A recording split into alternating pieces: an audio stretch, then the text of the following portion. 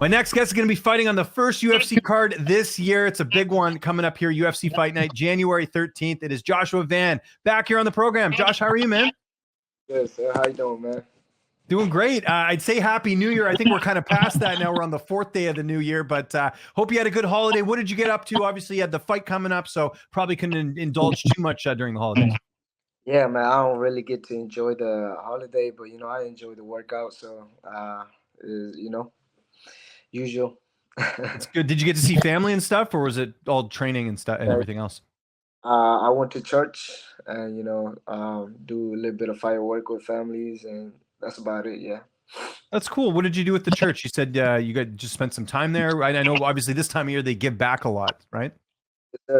Church is just service, Christmas and New Year's, and with the Bibles and stuff like that. Yeah. That's cool, man. Good to hear it. Good. It's always good to go do stuff like that, be involved in the community, and kind of put things in perspective in this wacky world we live in right now. But let's talk about this fight. How much notice did you get? Did you get a full camp for this one? I get 3 weeks notice, so basically for full camp, for me. So. Okay, good enough. Was this something you were expecting? Like, I know when we spoke last, you really wanted to get back in there pretty soon. Yeah, I wanted to get on the December card, and the flu got me bad, bro. So I was sick for like 3 weeks straight, and Really? Wow. Okay. so that's the reason why I can't fight on the December card. And I was still kind of sick, but then when Jason called me, my manager, it was like medicine, bro, the best medicine. You know what I'm saying? I was like, you know what, let me there. And from there, it was everything was good. Okay, so everything's good now. You're feeling better. I mean, 3 weeks is a pretty long time to be sick. Oh yeah, yeah. The flu got me for like a week, and then after you feel better, you start coughing. So that was the worst part. You cough, you can't sleep at night and shit like that. But now everything's good, man. Okay, good to hear. Glad. And let's talk about your opponent here. A veteran here. He's got what, 19 fights. How do you feel like stylistically you match up against him here? Uh, like I said, I don't really watch his fight. I watch his last fight, but that's about it because his last fight was like what 1 years ago. So Yeah. anything things can change in a year. So I don't really pay attention to what he gonna bring to the table. Like I'm just working on myself, so I can adjust on what he bring to the table fight day. Is that more your coaches? Like they'll watch tape and all that and kind of study everything and you sort of just listen to what they have to say? Yeah, that's the coach job. You know what I'm saying? And whatever I got to work on, they'll tell me. So I do the work. Fair enough. Tell me a bit about camp. Who have been some of the main training partners? Who's helping you get ready for this fight? Man, my main training partner is Alden Correa and Carlos. Carlos. So both of them fighting actually right after my fight. The next week, right after my fight in Fury Fighting Championship. So we all in camp. So they both of them being like my training partner, man, for this whole camp. That's great. Like, does that make it, is that good? I'm sure the energy in the room must be great if you guys all have fights coming up. I've heard that from a lot of fighters. Yeah, man. It wasn't just three of us. It's probably like six of us fighting on like the same month. So basically, like the gym is full every day. You know what I'm saying? Everybody want to train. Everybody give good energy and stuff like that. So this is so far one of the best training camp we ever had. Good. And it sounds like no issues getting training during the holidays. I know some guys will take some time off, but it sounds like you had a lot of support during the holidays.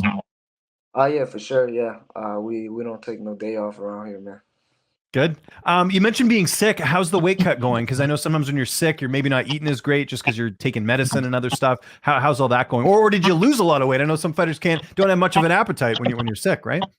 Yeah, I lost crazy amount of weight, but then I gained it all back.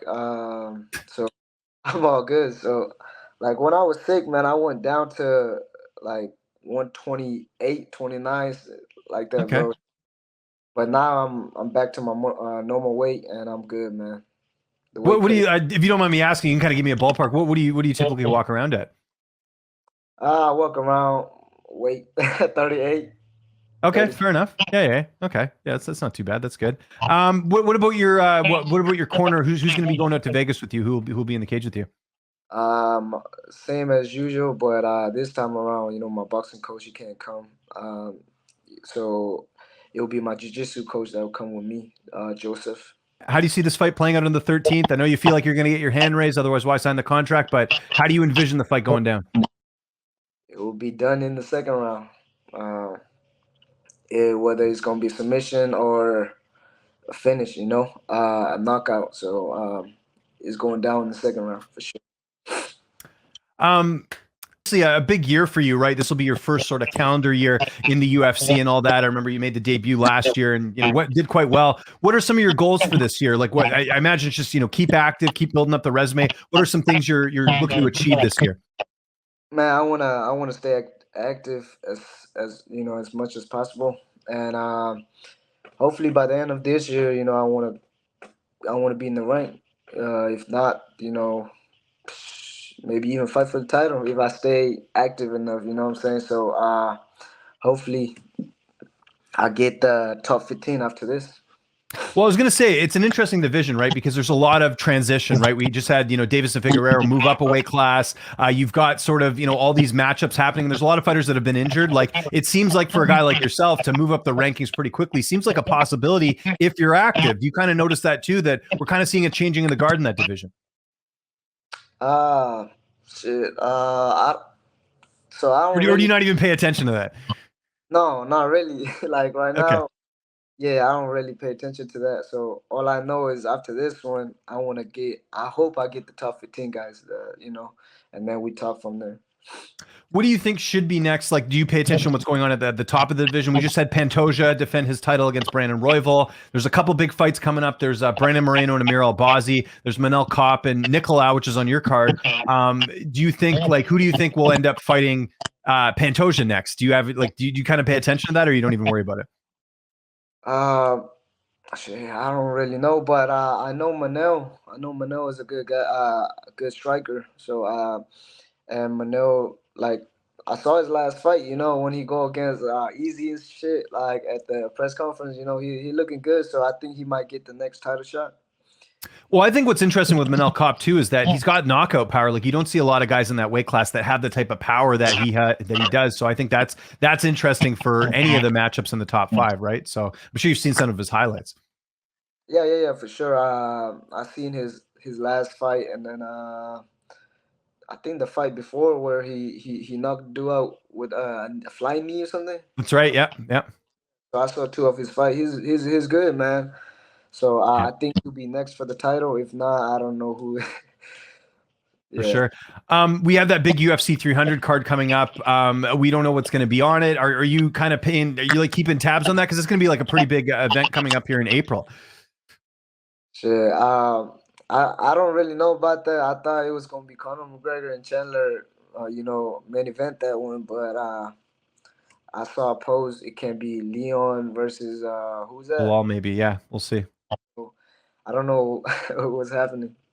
Yeah, for sure. I mentioned you had a really good year last year. Obviously, a lot of big plans for this year. One thing I've noticed with you is you got a lot of fan support, man. Like I see the posts on social media, and it seems like obviously because I know you're from Myanmar originally. How much do you feed off that and kind of represent, your country and all that, sort of in all your fights? Like I'm sure you're feeling that, having that support going into every fight because there's not a lot of fighters from your area of the world that are in the UFC.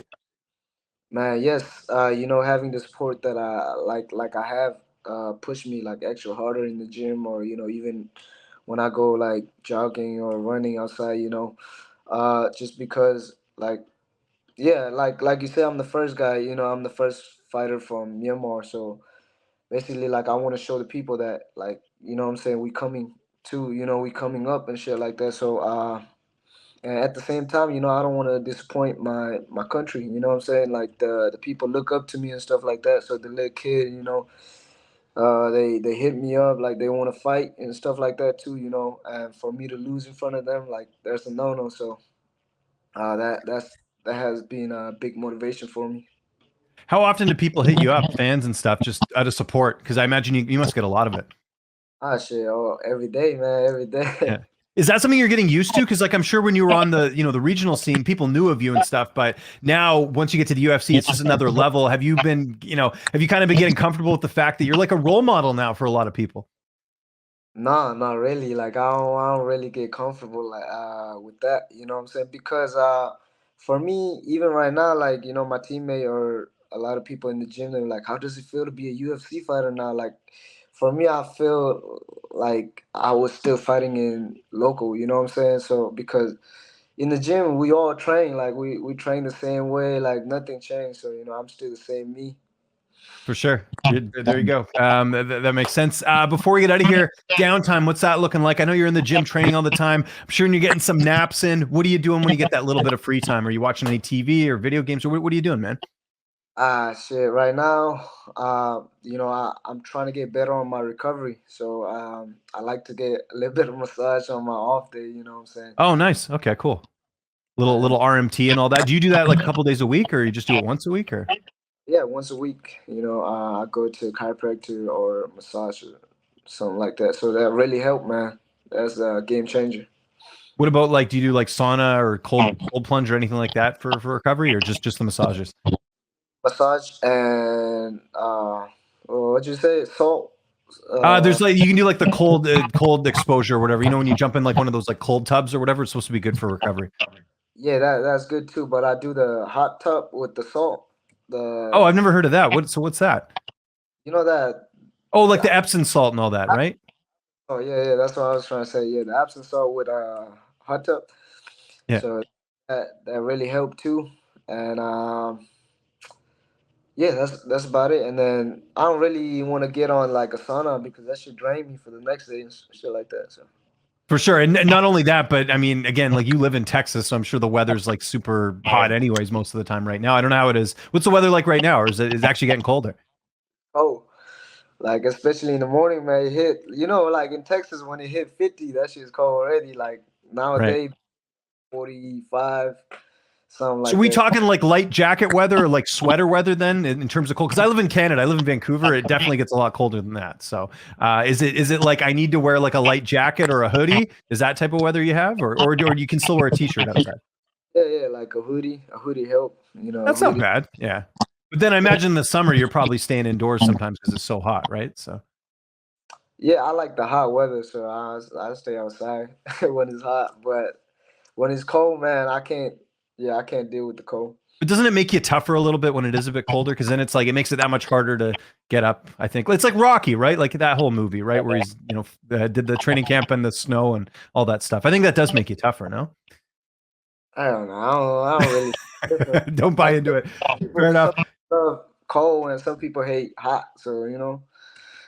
My last question. I keep forgetting how young you are, man. You are 22 years old. There's a lot of kids your age not doing what you're doing right now. Is it a bit weird for you that like you're in the UFC where I'm sure you have friends that are like, out doing other things? And I know obviously the focus is on fighting, but does it ever kind of hit you like I'm kind of unique? Like there aren't a lot of 22-year-olds that have made it to the UFC this count. Nah, I didn't think it like that, man. I honestly, bro, I think I'm a little behind. You know what I'm saying? Because of the COVID and stuff like that. If not, I would have made it to the UFC at 20. You know what I'm saying? So Yeah. yeah. But do you kind of like that though too? Like, here's an example: Raul Rosas, right? Who's in bantamweight. Obviously, there's so much expectation with him, and then he loses that one fight, and everyone writes him off, and he's under the microscope a lot. I feel like you're a guy that is under the microscope a little bit, but I feel like the fact that you didn't come in as like some undefeated like hot prospect or anything like that, it's a little bit different. Do you kind of like not having as much pressure on you? Nah, cause I don't really have pressure on it because I understand. As a young age, I went through a little bit of stuff like that. So cause I already know, when you win, everybody gonna support you. Everybody gonna be like, he's this and that. But as soon as you lose, all that fucking love turn into hate or, this and that. So I understand from the start. So that I don't really put pressure on that. So when people say I'm good, I'm just like, thank you. So when people say I'm bad, I'm like, okay, I'll work on it. So I don't really pay too much attention to that. It's a good way to be. We're looking forward to the fight, man. Next Saturday, it is coming up here, UFC Vegas 84. I think that's the number. Josh, thanks for doing this, man. If there's anyone you want to thank, any sponsors, any social media you want to mention, I'll give you the last word. I want to give a shout out to my gym, 4 Ounce Fight Club, my boxing gym, Aslan Boxing Gym, Strength Conditioning, Temple Construction, and my sponsor, the Nunes Law Firm. Shout out to all of them, man. Thank you for everything, and stay tuned. Second round knockout or submission is coming.